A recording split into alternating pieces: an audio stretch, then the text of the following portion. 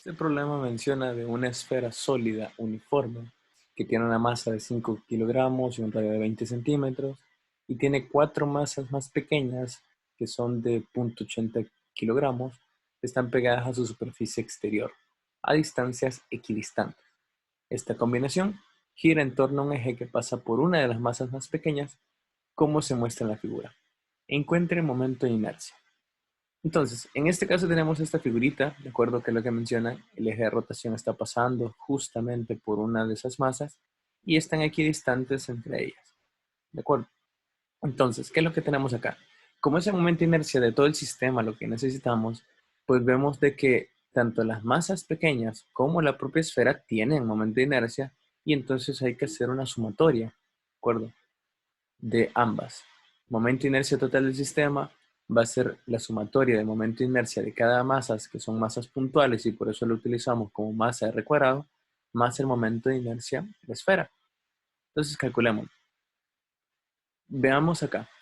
Cuando son las masas puntuales, recuerden de que hemos visto en otros ejemplos de que las masas que están sobre el eje de rotación, al tener una distancia r igual a cero, no están afectando el momento de inercia.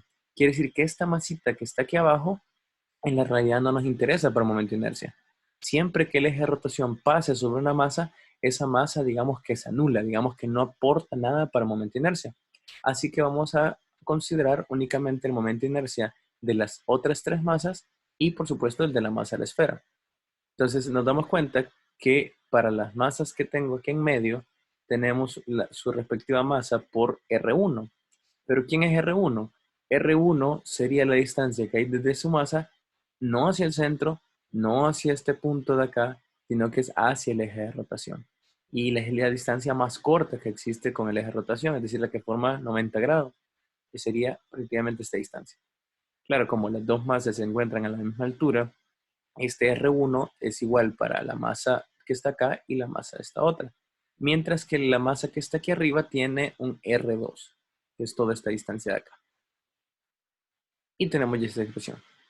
Ahora bien, calculemos qué pasa con este momento de inercia de la esfera. La esfera como tal, ya conocemos cuál es el momento de inercia de una esfera, pero cuando el eje de rotación está pasando justamente por el centro de masa, es decir, por el centro.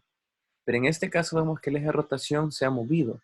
Siempre que nosotros consideramos que el eje de rotación ya no pasa por el centro de masa, pensemos entonces en un teorema, que es el teorema de ejes paralelos.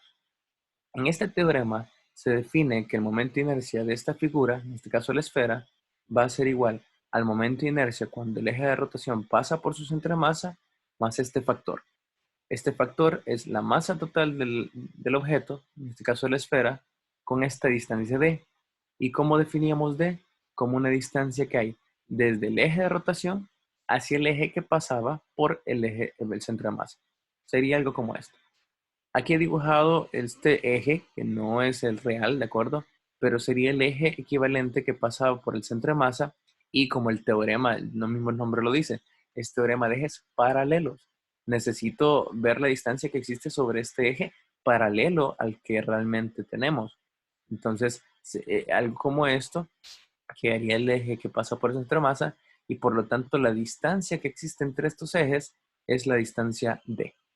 Claro, nosotros vemos ya con la figura de que esta distancia d resulta en la misma distancia que hay del centro hacia el borde, prácticamente es el radio de la esfera.